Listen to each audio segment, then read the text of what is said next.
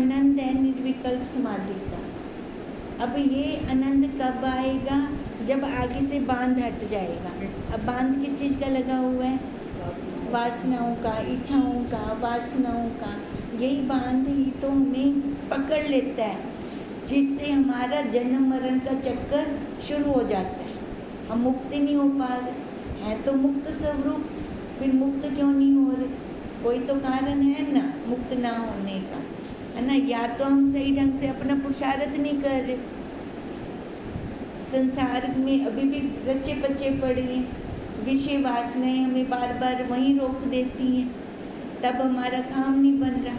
नहीं तो हमारे इतने समर्थी गुरुदेव हों और हमारा काम ना बने, है ना? सोचने की बात है ना।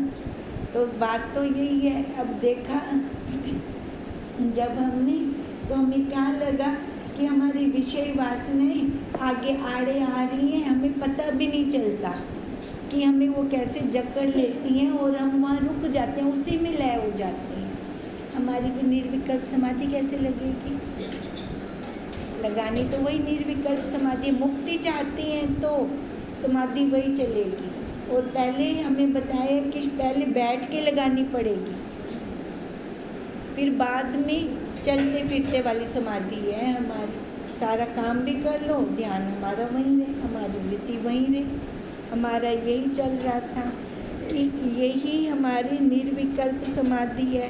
पतंजलि भी कह रहे थे मन का निरोध किया है पहले, मन का निरोध करके उसको रोक कर फिर लय किया, लय करके अपने आप में लेकर आए। अब अपने आप में लाए, आगे से वो हट गए बादल, है ना, अंधेरा हट गया, तो फिर क्या रह गया? अपना स्वरूप, फिर उसका ही प्रकाश हुआ, है ना। वो टोकरी तो हट गई ऊपर से, अब हमारी मणि प्रकाशित हो रही है। अब उसी का ही प्रकाश बार बारियों में जा रहा है, उसी का प्रकाश से हम ये सारी बारी है ना हमारी, इन बारियों से उसी का प्रकाश जा रहा है। देख रहे हैं तो उसकी सहायता से, सुन रहे हैं तो उसके द्वारा, चल रही हैं तो उसके द्वारा, ले दे रहे हैं तो उसके द्वारा। पर भूल कर हम कहते क्या हैं? मैं, है ना, वो मैं ओढ़ लेते हैं। अब यही मैं तो हमें डुबा रही है। ये मैं कैसी है? जैसे पत्थर बांध दिया हो हमें किसी ने। अब ऊपर कैसे आए? पत्थर बांधा पड़ा है पैर में, तो कहाँ जाएंगे? नीचे गर्क होते जा रही हैं, नीचे वाली योनियों में जा रही हैं। अब ऊपर कैसे उठे? अब ऊपर उठने के लिए इस पत्थर को खोलना पड़ेगा। कौन सा पत्थर है? अहंकार का, मैं का पत्थर है ये, अहंकार है। ये अहंकार का पत्थर खोलना पड़ेगा। ये पत्थर खोलेंगे तब हम ऊपर आएंगे, फिर स्वतः आएंगे, हमें पुरुषार्थ नहीं करना पड़ेगा। पर वो पत्थर खोलने का पुरुषार्थ है। हमारा यही चल रहा है कि मन का निरोध करके, उस विषय वासनाओं को लय करके, फिर हम अपने आप में आ जाएं, तो हम मुक्त अवस्था, वही हमारी मुक्त अवस्था है। वाणी को रोकना, द्रव्य का संग्रह ना करना, लौकिक पदार्थों की आशा छोड़ना, कामनाओं का त्याग करना और नित्य एकांत में रहना, ये सब योग का ही प्रथम द्वार है। सबसे पहले वाणी को रोकना, फालतू का नहीं बोलना। हमने बहुतों को देखे कि एक बार बोलने शुरू होते हैं तो बंद ही नहीं होता, सामने वाला सुनते सुनते थक जाता है। एक तो ये जो फालतू का बोलना होता है उसके ऊपर बांध लगाना है। दूसरा, किसी को अपशब्द नहीं बोलने। अगर हमें किसी की बात अच्छी नहीं लग रही, उठ जाओ वहाँ से, रास्ता बदल दो अपना। ये ना हो कि 4 गालियाँ उसको निकाल के फिर उठे हम, फिर तो वो उठना वहाँ से कि ना उठना दोनों एक बराबर हो गया। उसमें क्या हुआ? हमारा कर्म भी साथ में बन गया, जबकि हमने अब कर्मों से खाली होना है। खाली होंगे तब हमारा काम बनेगा। अब आगे यह है वाणी को रोकना। आगे द्रव्य का संग्रह न करना। अब द्रव्य ये धन संपत्ति, गहने, बैंक बैलेंस, देखो जितनी ज़रूरत होती है ना उतनी परमात्मा दे देते हैं हमें। परमात्मा ने हमारा पेट भरने का वादा किया है, पर हम क्या करते हैं? पेटियां भरनी शुरू कर देते हैं। और ये थोड़ी वादा किया है भगवान ने। वो एक कीड़ी को भी उसने बंद डिब्बी के अंदर दाना दे दिया था चावल का।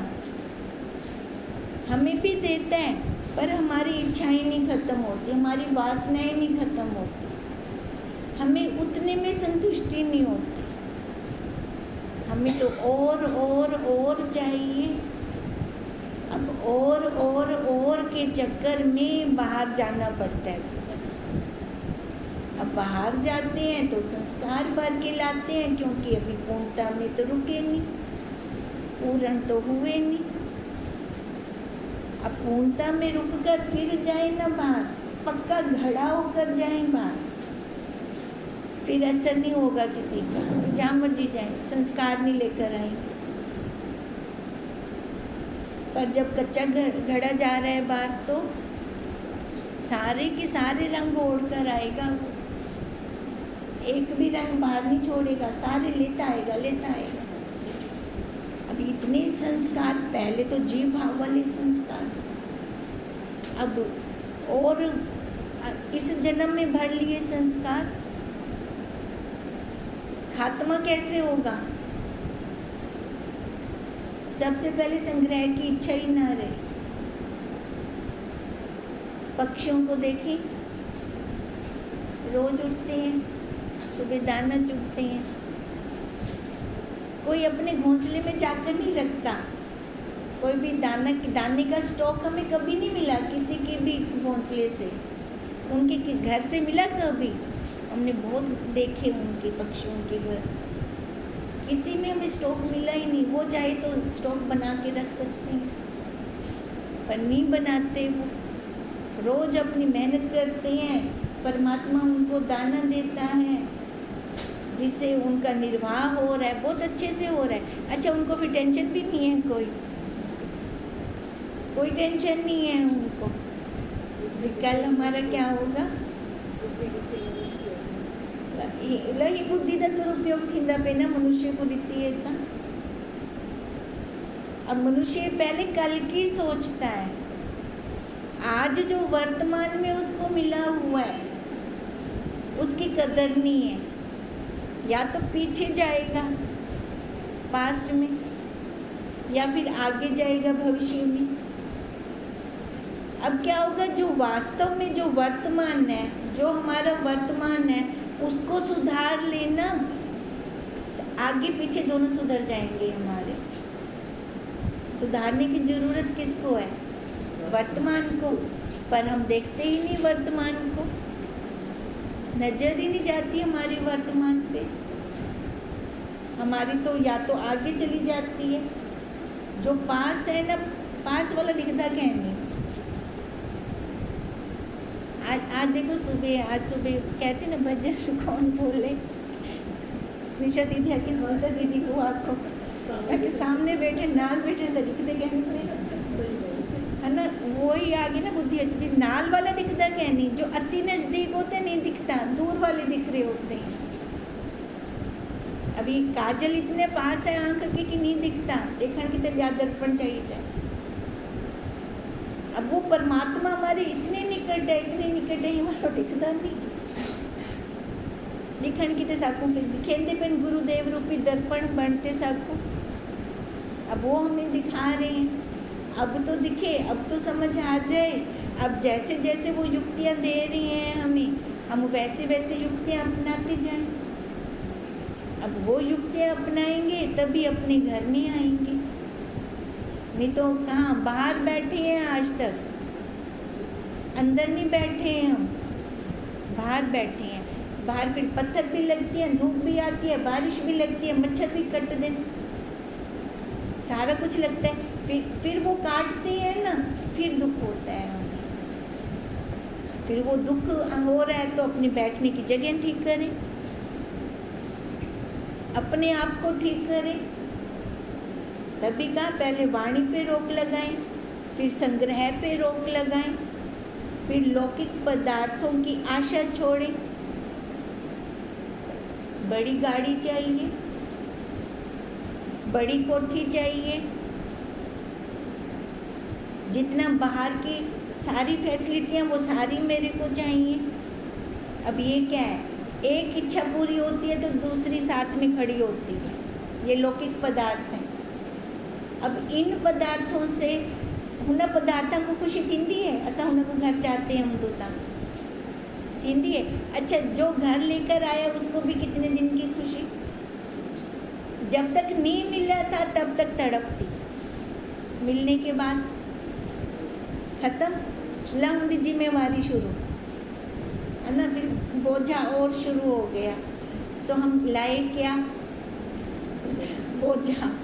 बोझा उठा कर लाए।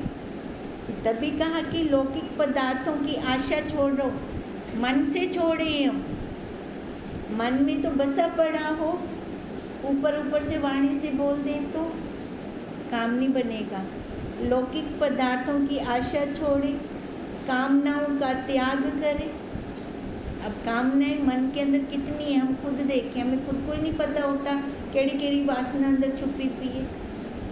अब ये वासनाओं को अगर हम देखेंगे तब दिखेंगी, अगर हम देखते नहीं तो हमें दिखती भी नहीं है। फिर जब कोई परिस्थिति आती है, फिर निकल कर आती है, फिर हमें पता चलता है अच्छा ये तो भी हाली बैठी है हमें अंदर। कामनाओं का त्याग करें और नित्य एकांत में रहें। ये नवीन जिज्ञासु के, नवीन योगी के लक्षण बता रहे हैं कि उसको कैसे कैसे करना चाहिए अगर वो मुक्त होना चाहता है तो। अब है तो मुक्त स्वरूप, अब देखो अब नया नया है, पक्का हुआ नहीं तो उसको एकांत तो लेना पड़ेगा। एकांत लेने का क्या फ़ायदा होगा कि संस्कार, बाहर के संस्कार अंदर नहीं जाएंगे। अब बाहर के संस्कार कैसे होंगे, राग द्वेष वाले, मेरे तेरे वाले, यही होंगे। अब पहले वो एकांत लेकर अपने आप को पक्का कर दे, पक्का करने के बाद फिर जाए, फिर खेले। संसार खेलने के लिए है, संसार को पकड़ा नहीं जा सकता। हम कहें पकड़े इसको, पकड़ा नहीं जा सकता। संसार खेलने के लिए, और खेले इसको अच्छी तरह से खेलें। खेलते अपने घर भी आऊँला, बाहर ना बह रहा हूँ खेलते खेलते। बच्चा खेल के आते ना अपने घर, थक हार के आ जाता है अपने घर। अब ऐसे बाहर खेल के अपने घर आ जाएं, हमारा काम बन जाएगा। अब यही कहा, ये कैसे होगा जब नित्य एकांत का सहारा लेंगे। एकांत से क्या आती है, परिपक्वता आती है, अपना दृढ़ निश्चय होता है। दृढ़ निश्चय में ये शरीर उतर जाता है, मैं वही ब्रह्म हूँ। आत्मा और उस परमात्मा की एकता हो जाती है। उसकी एकता किए बिना हमारे पास और कोई उपाय नहीं है मुक्त होने का इस संसार से। नहीं तो फिर 84 का चक्कर तैयार है, खाते रहेंगे चक्कर, आते रहेंगे जाते रहेंगे, जन्म पे जन्म, जन्म पे जन्म। पर अगर हम चाहते हैं, हम जिज्ञासु हैं, हम साधक हैं, हम मुक्त होना चाहते हैं, तो शुरू में एकांत का सहारा लेना पड़ेगा। अब तभी कहा था समाधि लगानी है, अपने आप को टाइम देना है। अपने आप को जब तक हम टाइम नहीं देंगे तो हमारी निर्विकल्प समाधि नहीं लग सकती। समाधि का फल है निर्विकल्प समाधि। ये सब योग का प्रथम द्वार है। ये अगर हम चलने शुरू करते हैं ना, शुरू में यही हमें करना पड़ेगा। जगह जगह पे बांध लगाने पड़ेंगे। जो ये चंचल मन है ना, पता नहीं चलता कब फटक से किसी को जवाब दे देता है, चाहे वो उसको अच्छा लगे चाहे ना लगे। पहले इस पे बांध लगाना, वाणी पे बांध लगाना। अब यही बांध लगाएंगे। देखो, बांध लगाकर तब हम रुकेंगे, रुककर अपने आप में आएंगे। कहते हैं ना, तीर का जख्म तो भर जाता है पर जबान का जख्म नहीं भरता। मैं मर्दे दम तक कहना बोल सकती। क्यों कहते हैं? है ताकत इसके अंदर, कितनी पावर है। किसी को सही नहीं बोलना तो गलत तो ना बोले, उससे क्या होगा, दूसरे का मन चलेगा, वो अटैक करेगा, फिर वो अटैक होगा, अपना काम नहीं बनेगा। अब तभी कहा कि अगर हम चलना चाहते हैं तो ये प्रथम द्वार है हमारे, ये हमें खोलने पड़ेंगे, अपने बंद दरवाजे खोलने पड़ेंगे। योग साधना आरंभ करने से पूर्व साधक को इन नियमों का पालन करना अवश्य है। अगर मैं जिज्ञासु हूँ, मैं चाहती हूँ मैं अपने आप में बैठूँ, मैं मुक्त होना चाहती हूँ, तो नियमों का पालन तो करना पड़ेगा। स्कूल में बच्चा जाता है ना, वहाँ पे भी नियम है, इतने बजे स्कूल में पहुँचना है, पहुँचना ही पहुँचना है, तां तक वो क्लास में बावंडे। और जितने सब्जेक्ट्स हैं सब सब्जेक्ट्स का होमवर्क भी करके आना है, नहीं तो वहाँ टीचर भी डंडे मारती है। अगर उनके ये नियम हो गए ना उनके, अगर उन नियमों के हिसाब से नहीं चलते तो वहाँ पे भी डंडे पड़ते हैं। अब ये प्रकृति नियम दे रही है हमें, अगर इधर हम नियम से नहीं चलते तो प्रकृति छोड़ देती है हमें, छोड़ती है ना। ये तो डंडे मार दिए, हिंदे डंडे वो खतरनाक होंगे होते हैं। एजी योनिया में पटक मार दिए कि बंदा किसी जोगा नहीं रहता। ये फिर क्या डंडों से कम है? बाहर देखिए भैंस कैसे जा रही होती हैं, बैल कैसे बड़े होते हैं, कईयों को तो इतने बड़े बड़े जख्म हुए पड़े होते हैं, ना किसी को बताने जोगे। मक्खियाँ ऊपर भीड़ बना रही होती हैं, वो उनको काट रही होती है, उस जख्म को काट रही होती है। तो वो जख्म को कोई काटे तो कैसे, कितना दर्द होता है। और कई बार तो बिजली की तारों पे पक्षी उल्टे लटके खड़े होते हैं करंट से। अब ये डंडे हैं प्रकृति के, क्यों पड़ रहे हैं? क्योंकि मनुष्य जन्म उनको मिला होगा, पक्की बात है, उनको मनुष्य जन्म मिला होगा, पर उन्होंने अपना काम नहीं किया, अपना काम नहीं किया, तभी वो डंडे मार रही है प्रकृति उनको। हम अपना काम कर लें, क्योंकि हम जब भी बाहर निकलते हैं तो पहले हमारा मनुष्य तन ही होता है। किसी न किसी जन्म में मनुष्य शरीर लेकर हमने आगे ये दाग लगाए। अच्छा, साफ करने के लिए भी हमें कौन सा तन चाहिए? मनुष्य तन नहीं चाहिए, मनुष्य शरीर ही चाहिए। ये दाग कैसे मिटाएंगे जो लगे पड़े हैं?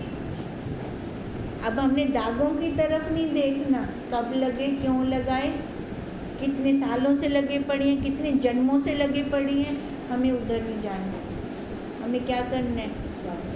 बस साफ करना, हमें मिटानी है ये दाग मिटावना है। हिंदे उत्ते फोकस हो गए होंगे ना। अब ये दाग मिटाने के लिए फिर वो नियम तो पालने पड़ेंगे, नियम तो चलना पड़ेगा नियम में। तो अब नियम में चलेंगे तब क्या होगा? अब कैसे कैसे नियम है? योग साधना आरंभ करने से पूर्व साधक को इन नियमों का पालन करना अवश्य है, जिसमें कम बोलना, वस्तुओं का संग्रह न करना, कामना एवं वासना त्याग, एकांत में रहना आवश्यक है। इनसे चित्त की वृत्तियों को रोकने में सहायता मिलती है।